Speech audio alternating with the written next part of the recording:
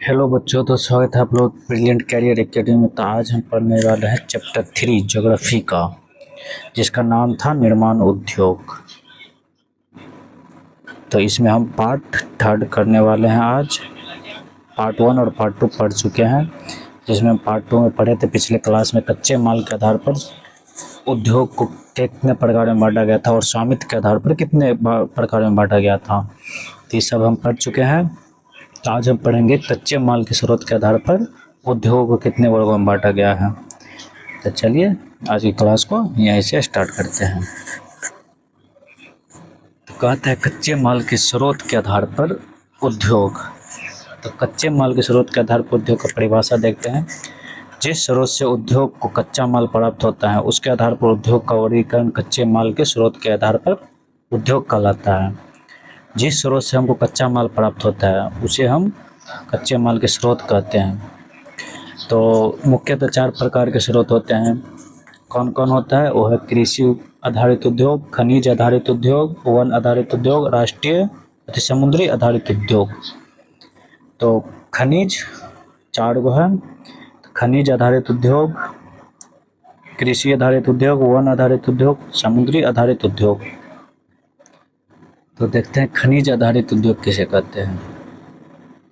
जो उद्योग कृषि से प्राप्त कच्चे माल पर आधारित होते हैं उन्हें कृषि आधारित उद्योग कहते हैं। कृषि आधारित उद्योग, जो उद्योग जो होगा वो कृषि से प्राप्त होगा। कृषि से, जैसे कि कपास जिससे कॉटन सूती वस्त्र बनता है, गन्ना और जूट, पटसन, खाद्य प्रसंस्करण उद्योग। तो इन उद्योगों में किसानों द्वारा उत्पादित फसलों का उद्योग कच्चे माल के रूप में किया जाता है। ऐसे उद्योग कृषि उद्योग के बीच महत्वपूर्ण संबंध स्थापित करते हैं तथा किसानों को आय बढ़ाने में सहायता करते हैं।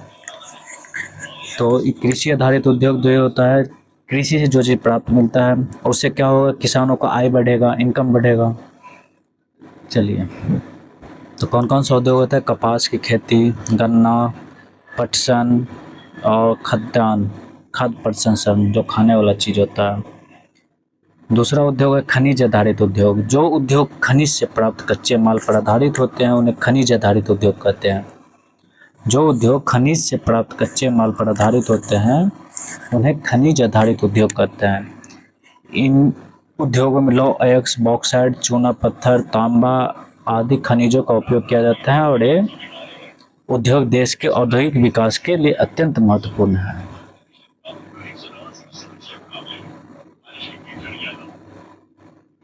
देश के विकास में अत्यंत महत्वपूर्ण योगदान रखते हैं ये खनिज आधारित उद्योग, जिसमें से आता है लौह इस्पात उद्योग, सीमेंट उद्योग, एल्युमिनियम उद्योग। सीमेंट उद्योग के लिए चूना पत्थर चाहिए, लौह बॉक्साइट्स है, लौह अयस्क, तांबा, ये सब है।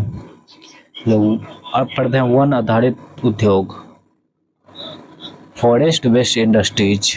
तो वन आधारित उद्योग, जो उद्योग वनों से प्राप्त कच्चे माल पर आधारित होते हैं उन्हें वन आधारित उद्योग कहते हैं। इन उद्योगों में लकड़ी, बांस, लाख, गोंद, राल आदि वन उत्पादन उद्योग किया जाता है। ये उद्योग वन संसाधनों का उपयोग करके अनेक उपयोगी वस्तुएं बनाए जाते हैं, जैसे कागज लकड़ी से बनता है, पेड़ पौधे से फर्नीचर हो गया, कुर्सी, टेबल, बेड, ये सब जो हो गया, जितना भी फर्नीचर हो सब लकड़ी से बनता है। माचिस का उद्योग, माचिस के तिल्ली होते हैं ना, वो लकड़ी का रहता है। आगे देखते हैं समुद्र आधारित उद्योग। जो उद्योग समुद्र से प्राप्त होता है, जो उद्योग हमको समुद्र से प्राप्त होगा, जैसे कि मछली हो गया, सांप, जितना भी समुद्री प्रजाति सब्जी सब होता है ना, झींगा, समुद्री शैवाल, मोती आदि का उपयोग किया जाता है। भारत के तटीय राज्यों में ऐसे उद्योग अधिक विकसित होते हैं, जैसे कि मछली प्रसंस्करण उद्योग, समुद्री खाद्य उद्योग, ये सब हो गया। तो हम आगे देखते हैं इस पे कि कच्चे माल के स्रोत के आधार पर उद्योग। कच्चे माल के स्रोत के आधार पर उद्योग को हम 4 प्रकार से बांटते हैं। पहला है कृषि, खनिज और वन और समुद्री। तो पहला कृषि आधारित उद्योग, दूसरा खनिज आधारित उद्योग, तीसरा वन आधारित और चौथा समुद्र आधारित उद्योग। तो सूती आधारित उद्योग देखते हैं अब, cotton based, cotton. Textile industries. तो कपास को कच्चे माल के उपयोग करके धागा तथा कपड़ा बनाने वाले उद्योग को सूती वस्त्र उद्योग कहते हैं।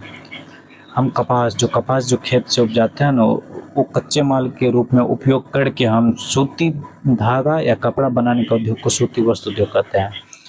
सूती वस्त्र उद्योग भारत का सबसे पुराना और महत्वपूर्ण उद्योग है। यह कृषि आधारित उद्योग है क्योंकि इसका मुख्य कच्चा माल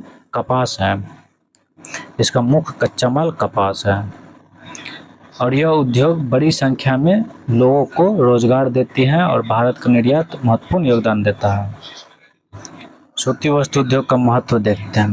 इम्पोर्टेंस ऑफ टेक्सटाइल इंडस्ट्री। रोजगार, अगर जहाँ पे कॉटन सूती वस्त्र उद्योग लगेगा वहाँ पे आदमी को रोजगार मिलेगा। यह उद्योग कृषि के बाद सबसे अधिक लोगों को रोजगार प्रदान करता है। विदेशी मुद्रा है। सूती कपड़ों का निर्यात करके भारत विदेशी मुद्रा अर्जित करता है। तीसरा, कृषि का विकास। कपास की खेती को बढ़ावा मिलता है जिससे किसानों की आय बढ़ती है। औद्योगिक विकास। यह उद्योग अनेक उद्योगों को जैसे रंगाई, छपाई, सिलाई, पैकेजिंग उद्योग के विकास में सहायता करता है। तो आप लोग इस सूती वस्त्र का उद्योग को याद रख लीजिए, कॉपी में सारे नोट्स बनाते रहिएगा जिससे आपको एग्जाम टाइम में रिवीजन करने में प्रॉब्लम ना हो। आगे देखते हैं सूती वस्त्र उद्योग का विस्तृत अध्ययन करेंगे हम, और अच्छे से अध्ययन करेंगे। तो भारत में सूती वस्त्र उद्योग का इतिहास देखते हैं।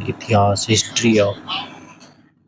इतिहास में हम देखेंगे कहाँ पे है सबसे पहला मशीन सूती वस्त्र का कहाँ लगाया गया था, कौन कौन सा राज्य है यहाँ पे सूती वस्त्र मिल है अभी भी, ये सब हम देखेंगे अब। तो भारत में सूती वस्त्र उद्योग का विकास का इतिहास। भारत में सूती वस्त्र बनाने की परंपरा बहुत प्राचीन है। प्राचीन काल में ढाका, ये तो बांग्लादेश का हो गया, वाराणसी, सूरत, मछलीपट्टनम के सूती वस्त्र विश्व भर में प्रसिद्ध थे। आधुनिक सूती वस्त्र का उद्योग का शुरुआत 1854 में हुआ था। कितने में? 1854 में मुंबई में पहली सूती कपड़ा मिल की स्थापना की गई जो था मॉडर्न था। इसके बाद अहमदाबाद में आधुनिक किया गया, कानपुर में किया गया, कोयम्बटूर में, नागपुर, इंदौर शहरों में भी कपड़ा मिल में स्थापित हुई। आज भारत विश्व में प्रमुख सूती वस्त्र उत्पादक देश में से एक है। तो आप लोग इसमें याद रखना पड़ेगा, इसका पूछ देगा अगर एग्जाम में, भारत में सूती वस्त्र उद्योग का विकास का इतिहास कैसे रहा। तो आप लोग को लिखना यही है, भारत में सूती वस्त्र बनाने की परंपरा बहुत प्राचीन है। प्राचीन काल में सबसे पहले ढाका, वाराणसी, सूरत और मछलीपट्टनम के सूती वस्त्र विश्व भर में प्रसिद्ध थे। लेकिन जब आधुनिक सूती वस्त्र उद्योग की शुरुआत आई तो 1854 ईस्वी में मुंबई में सबसे पहला आधुनिक सूती वस्त्र मिल स्थापित किया गया था। उसके बाद फिर अहमदाबाद, गुजरात, कानपुर, कोयम्बटूर, नागपुर, इंदौर ये प्रमुख शहरों में स्थापित करते चल गया। आगे देखते हैं सूती वस्त्र उद्योग के स्थापना के कारण इसका क्या था? स्थापना के कारण। तो कारण के बारे में देखते हैं। सूती वस्त्र मुख्यतः निम्न कारणों के कुछ विशेष क्षेत्रों में विकसित हुआ था। अलग अलग कारण होता है हर एक राज्य का, इस राज्य में ही क्यों हुआ, इसका क्या कारण है ये देखते हैं। कच्चे माल की उपलब्धता। अगर जहाँ पे कच्चे माल हमको भरपूर मात्रा में मिलेगा वहीं पे हम कोई फैक्ट्रियाँ या कोई ऐसा चीज़ लगा सकते हैं जहाँ पे हमको कच्चे माल की आवश्यकता बहुत जल्दी मिल जाए। तो सूती वस्त्र उद्योग का मुख्य कच्चा माल क्या है? कपास है। तो पूछ देगा, ऑब्जेक्टिव में रहेगा सूती वस्त्र उद्योग का मुख्य कच्चा माल क्या है, तो उसको हम कपास कहते हैं। इसीलिए कपास उत्पादन वाले राज्य जैसे कि महाराष्ट्र सबसे नंबर 1 पे है कपास उत्पादन में, गुजरात दूसरे नंबर, पंजाब, हरियाणा, मध्य प्रदेश, तमिलनाडु में यह उद्योग अधिक विकसित हुआ है। आगे होता है अनुकूल जलवायु।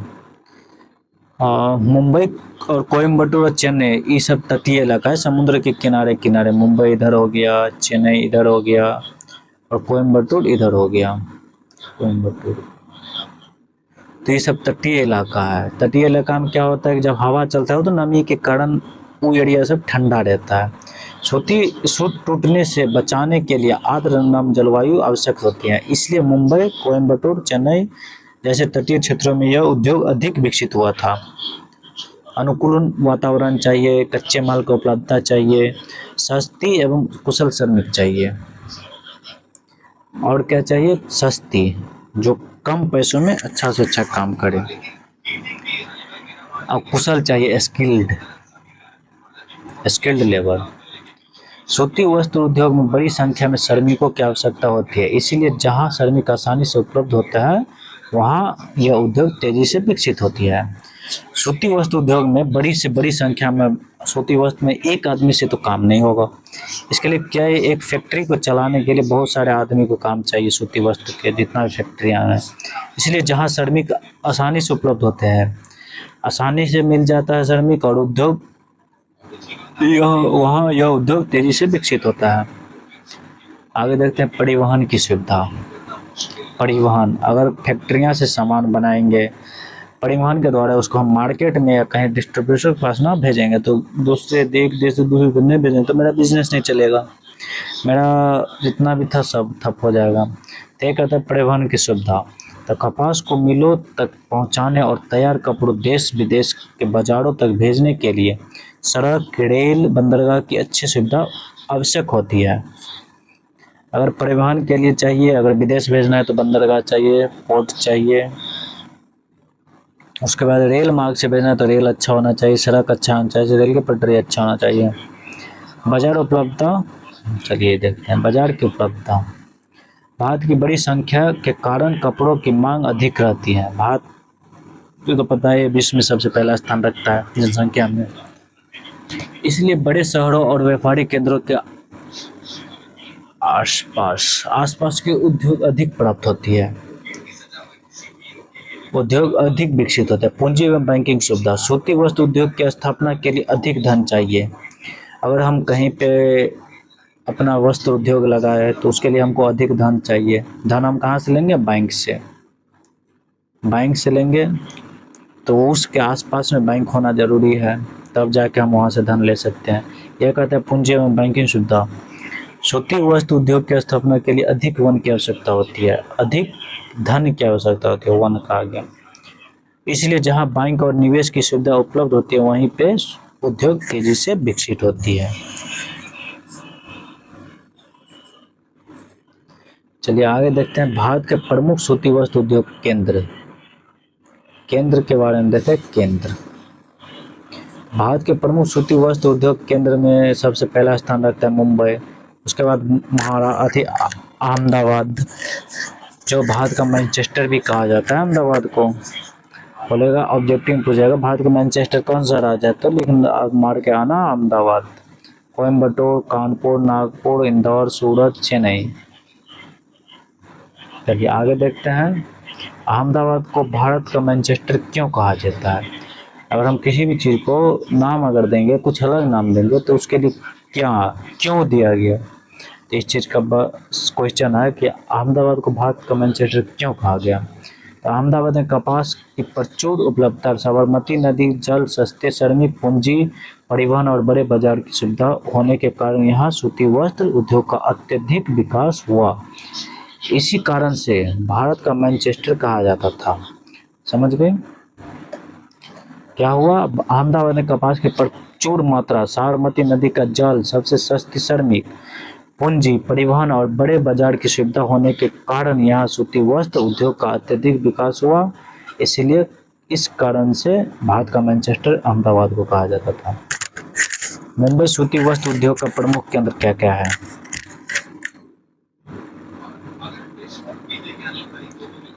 तो मुंबई सूती वस्त्र उद्योग का प्रमुख कारण है कपास उत्पादक क्षेत्र के निकट होना चाहिए, नम समुद्र जलवायु चाहिए, मुंबई बंदरगाह की सुविधा, पर्याप्त पूंजी चाहिए, कुशल श्रमिक चाहिए, विशाल घरेलू एवं विदेशी बाजार चाहिए भी। तो चलिए आज की क्लास को हम यहीं पे ख़त्म करते हैं। आप लोग ये पढ़ लीजिएगा। तो आप लोगों को कैसा लगा क्लास जरूर कमेंट में बताइएगा और अपने दोस्तों के पास आगे शेयर जरूर कीजिएगा।